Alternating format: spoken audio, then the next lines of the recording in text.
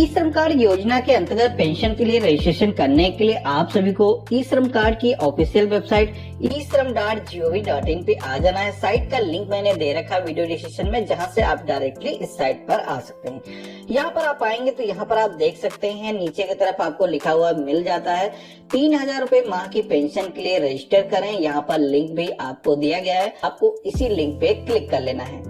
Click करते ही आप श्रम एवं रोजगार मंत्रालय की तरफ से चलाई जाने वाली वेबसाइट पर रिडायरेक्ट हो जाते हैं, जहां पर आप देखेंगे कि श्रमिक के तौर पर जो लोगों ने भी पंजीकरण कराया है वो लोग प्रधानमंत्री श्रम योगी मानधन योजना के अंतर्गत अपना रजिस्ट्रेशन करा सकते हैं। तो यहाँ पर रजिस्ट्रेशन करने के लिए आपको यहाँ पर लिंक दिया गया है क्लिक हेयर टू अप्लाई का, जहाँ पर आप क्लिक करके इस योजना के लिए अप्लाई कर सकते हैं। तो अप्लाई कैसे करना है ये बताने से पहले मैं इस योजना की कुछ खास डिटेल को डिस्कस कर लेता हूँ कि योजना क्या है, कैसे आपको लाभ मिलने वाला है। तो इसके लिए यहाँ पर डिटेल का जो आइकन दिया गया है आपको इस ऑप्शन पे क्लिक करना है। तो यहाँ पर आप देखेंगे प्रधानमंत्री श्रम योगी मानधन योजना, ये योजना भी गवर्नमेंट अनऑर्गेनाइज सेक्टर के लिए वर्कर्स के लिए लेकर के आई है, जिसमें कि जितने भी लोग अनऑर्गेनाइज सेक्टर में काम करते हैं, चाहे वो किराने की शॉप वाला हो, चाय वाला हो, स्ट्रीट वेंडर हो, ऑटो वाला, प्लम्बर, ड्राइवर, इसके अलावा आंगनवाड़ी वर्कर और बिल्डिंग कंस्ट्रक्शन में लगे हुए लोग इस योजना के अंतर्गत अप्लाई कर सकते हैं। यानी कि जितने भी लोग ई श्रम कार्ड योजना के अंतर्गत अपना श्रम कार्ड बना सकते हैं वो सारे लोग यहाँ पर भी अपना रजिस्ट्रेशन करा सकते हैं। लेकिन यहाँ पर रजिस्ट्रेशन कराने के लिए उनकी जो एज है 18 साल से 40 साल के बीच में होनी चाहिए और उनकी जो इनकम है मैक्सिमम 15,000 रुपए महीने की होनी चाहिए। और आवेदक ने इस पेंशन योजना के अलावा गवर्नमेंट की अदर जो पेंशन योजना है एनपीएस, ईसीआईएस और ईपीएफओ में उसने अपना रजिस्ट्रेशन ना करा रखा हो, ना ही वो टैक्स पेयर होना चाहिए। तो यहाँ पर ये जो योजना है, इस योजना के अंतर्गत आपको 3000 रुपए की गारंटेड पेंशन मिलने वाली है, जिसमें कि आपकी जो एज है वो 60 साल पूरी होने के बाद में आपको 3000 रुपए की मंथली पेंशन मिलना स्टार्ट हो जाती है, जो कि आपकी जब तक लाइफ रहती है आपको मिलती रहती है। यहाँ पर जो पेंशनर है उसकी जब भी डेथ होती है, उसकी डेथ के बाद में यहाँ पर जो पेंशन है उसकी पत्नी को भी मिलना स्टार्ट हो जाती है, जिसमें कि जितना भी आवेदक को पेंशन मिल रही थी उसकी 50% पेंशन उसकी पत्नी को मिलना स्टार्ट हो जाती है। और वही जो आवेदक है अगर 60 वर्ष एज पूरी होने से पहले ही वो विकलांग हो जाता है तो यहाँ पर जो आवेदक है उसने जितना भी कंट्रीब्यूशन कर रखा होगा चाहे तो वो उसे वापस ले सकता है, उस पर ब्याज भी उसे मिलेगा। और इसी के साथ में अगर वो पेंशन लेना चाहता है तो पेंशन को वो कंटिन्यू कर सकता है, उसका जो कंट्रीब्यूशन है उसे आगे रेगुलर जमा कर सकता है, जिसमें कि 60 वर्ष एज पूरी होने के बाद में उसे नॉर्मली पेंशन मिलना स्टार्ट हो जाती है। इस योजना का लाभ लेने के लिए आपको और गवर्नमेंट को 50% पैसे जमा करने होते हैं। ये जो अमाउंट है कितना आपको जमा करना है ये डिपेंड करता है कि आप किस एज में इस पॉलिसी में एंटर करते हैं। कंट्रीब्यूशन के बारे में अगर आपको जानना हो तो यहाँ पर आपको मंथली कंट्रीब्यूशन की टैब दी गई है, आपको इस ऑप्शन पे क्लिक करना है तो आपके सामने एक पूरा ही चार्ट डिस्प्ले हो जाता है।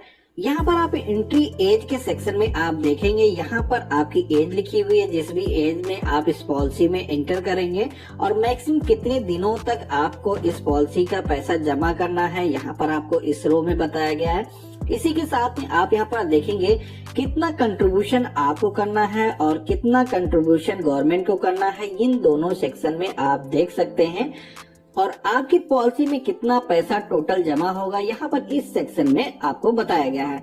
तो यहाँ पर हम एग्जाम्पल से मानते हैं कि इस पॉलिसी में हम 23 साल की एज में इंटर होते हैं, तो यहाँ पर हमें कितना पैसा डिपॉजिट करना होगा ये इसके बारे में बताया गया है। तो यहाँ पर आप देखेंगे 23 साल की एज में अगर आप इंटर होते हैं तो आपको यहाँ पर ये पैसा 60 सालों तक जमा करना होगा, जिसमें कि हर महीने आपको 72 रुपीज जमा करने होंगे और इतने ही पैसे गवर्नमेंट भी जमा करने वाले, यानी कि टोटल जो आपका पैसा डिपॉजिट होने वाला है यहाँ पर आपका 144 रुपए आपके पॉलिसी में जमा होने वाला है। तो अब हम बात कर लेते हैं कि इस योजना के अंतर्गत अगर आपको लाभ लेना है तो कैसे आप रजिस्ट्रेशन करा सकते हैं। इसके लिए आपको इस लोगो पे क्लिक करना है और यहाँ पर आपको ऑप्शन मिल जाता है click here to apply now का, आपको इस ऑप्शन पे क्लिक करना है और यहाँ पर आपके सामने ऑप्शन आ जाता है कि आप खुद से रजिस्ट्रेशन करना चाहते हैं या फिर किसी सीएससी बीएलई के माध्यम से रजिस्ट्रेशन करना चाहते हैं।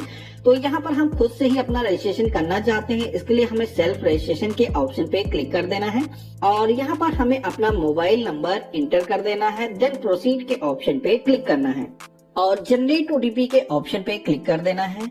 अब आपने यहाँ पर जो भी मोबाइल नंबर इंटर किया होगा उस पर एक वन टाइम पासवर्ड सेंड किया जाएगा, जिसको आपको यहाँ पर फिल करके प्रोसीड के ऑप्शन पे क्लिक करना है। प्रोसीड के ऑप्शन पे क्लिक करते ही आपके सामने प्रधानमंत्री श्रम योगी मानधन योजना का एक डैशबोर्ड डिस्प्ले हो जाता है, जहां पर आपको एनरोलमेंट के सेक्शन में आना है और यहां पर प्रधानमंत्री श्रम योगी मानधन योजना इसे आपको सेलेक्ट कर लेना है। और यहाँ पर आपको सब्सक्राइबर आधार नंबर के सेक्शन में आना है। यहाँ पर आपको अपना 12 डिजिट का आधार नंबर इंटर कर देना है। यहाँ पर जो भी बेनिफिशियरी है उसका नेम फिल कर देना है, यहाँ पर मोबाइल नंबर फिल कर देना है और यहाँ पर आपको अपनी ईमेल आईडी फिल कर देना है। और यहाँ पर मेल फीमेल जो भी जेंडर है उसका आपको सिलेक्शन कर लेना है। इसके बाद में स्टेट के सेक्शन में आना है। यहाँ पर आप जिस भी स्टेट से हैं इस लिस्ट में से आपको अपने स्टेट का नाम सेलेक्ट कर लेना है और यहाँ पर आपको अपने डिस्ट्रिक्ट को सेलेक्ट कर लेना है और यहाँ पर आपको अपना पिन कोड फिल कर देना है। इसके बाद में यहाँ पर अगर आप इंडिया से नॉर्थ रीजन से हैं तो आपको यस करना है, अदरवाइज नो के ऑप्शन पे क्लिक करना है। और सब कैटेगरी के सेक्शन में आना है। यहाँ पर आप SC, ST, OBC, जनरल जिस भी कास्ट से बिलोंग करते हैं यहाँ पर आपको अपनी कैटेगरी को सेलेक्ट कर लेना है।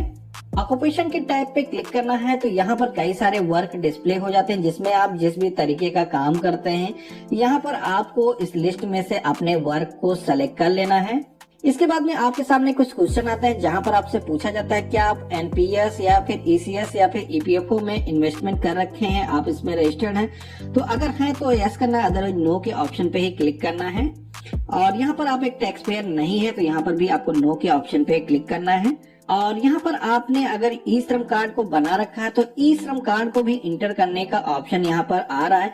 यहाँ पर आपने जो ई श्रम कार्ड बनवाया है उस पर जो नंबर दिया गया है उस नंबर को आपको यहाँ पर इंटर कर देना है। देन आपको टर्म एंड कंडीशन को एक्सेप्ट करने के लिए इस ऑप्शन पे क्लिक कर देना है और सबमिट के ऑप्शन पे क्लिक कर देना है। सबमिट के ऑप्शन पे क्लिक करते ही आपके सामने एक ऑथेंटिकेशन पेज डिस्प्ले होता है, जहां पर आपको अपना ऑथेंटिकेशन करना है। यहाँ पर 3 ऑप्शन आपको दिए गए हैं, जिसमें कि आप फिंगरप्रिंट से ऑथेंटिकेशन कर सकते हैं, OTP से कर सकते हैं या फिर आप आइरिस डिवाइस से कर सकते हैं।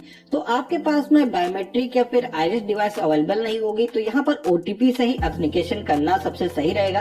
अब आपको यहाँ पर वेरीफाई यूजिंग बाय ऑथेंटिकेशन इस ऑप्शन पे क्लिक कर देना है और यहाँ पर टर्म एंड कंडीशन को एक्सेप्ट कर लेना है। इसके बाद में जनरेट OTP के ऑप्शन पे क्लिक कर देना है। तो अब आपके मोबाइल फोन पर एक वन टाइम पासवर्ड रिसीव होगा, जिसको आपको यहाँ पर फिल कर देना है। देन आपको वेरीफाई OTP के ऑप्शन पे क्लिक कर देना है। वेरीफाई OTP के ऑप्शन पे क्लिक करते ही आपके सामने बैंकिंग डिटेल को फिल करने का पेज डिस्प्ले हो जाता है, जहां पर आपको अपने बैंक का जो IFSC कोड है उसे फिल करके सर्च के ऑप्शन पे क्लिक करना है। तो यहाँ पर आपके बैंक का जो भी डिटेल होगा वेरीफाई होकर के आ जाती है। जिसके बाद में आपको यहाँ पर अकाउंट होल्डर का नाम, अकाउंट किस टाइप का है और अकाउंट नंबर को टाइप कर देना है। इसके बाद में नॉमिनी डिटेल के सेक्शन में आना है। यहाँ पर आपसे पूछा जाता है कि आप मैरिड हैं या अनमैरिड हैं, तो जो भी स्टेटस है आपको सेलेक्ट कर देना है। जिसके बाद में आपको यहाँ पर नॉमिनी की डिटेल को फिल कर देना है। तो फाइनली इतना करते ही आपके पॉलिसी का जो कंट्रीब्यूशन अमाउंट है वो यहाँ पर कैलकुलेट होकर के आ चुका है। यहाँ पर आप देखेंगे 76 रुपीज का हमें पेमेंट करना होगा और 76 रुपए गवर्नमेंट यहाँ पर पेमेंट करने वाली है। ये जो अमाउंट है ऑटोमेटिकली आपके बैंक अकाउंट से हर महीने डेबिट हो जाएगा। तो यहाँ पर सहमति देने के लिए टर्म एंड कंडीशन को एक्सेप्ट कर लेना है, सबमिट के ऑप्शन पे क्लिक करना है। इतना करते ही आपके सामने प्रधानमंत्री श्रम योगी मानधन योजना का एक फॉर्म डाउनलोड हो जाता है, जिस फॉर्म को आपको प्रिंट कर लेना है। प्रिंट करने के बाद में यहाँ पर इस पर आपको सिग्नेचर करने हैं।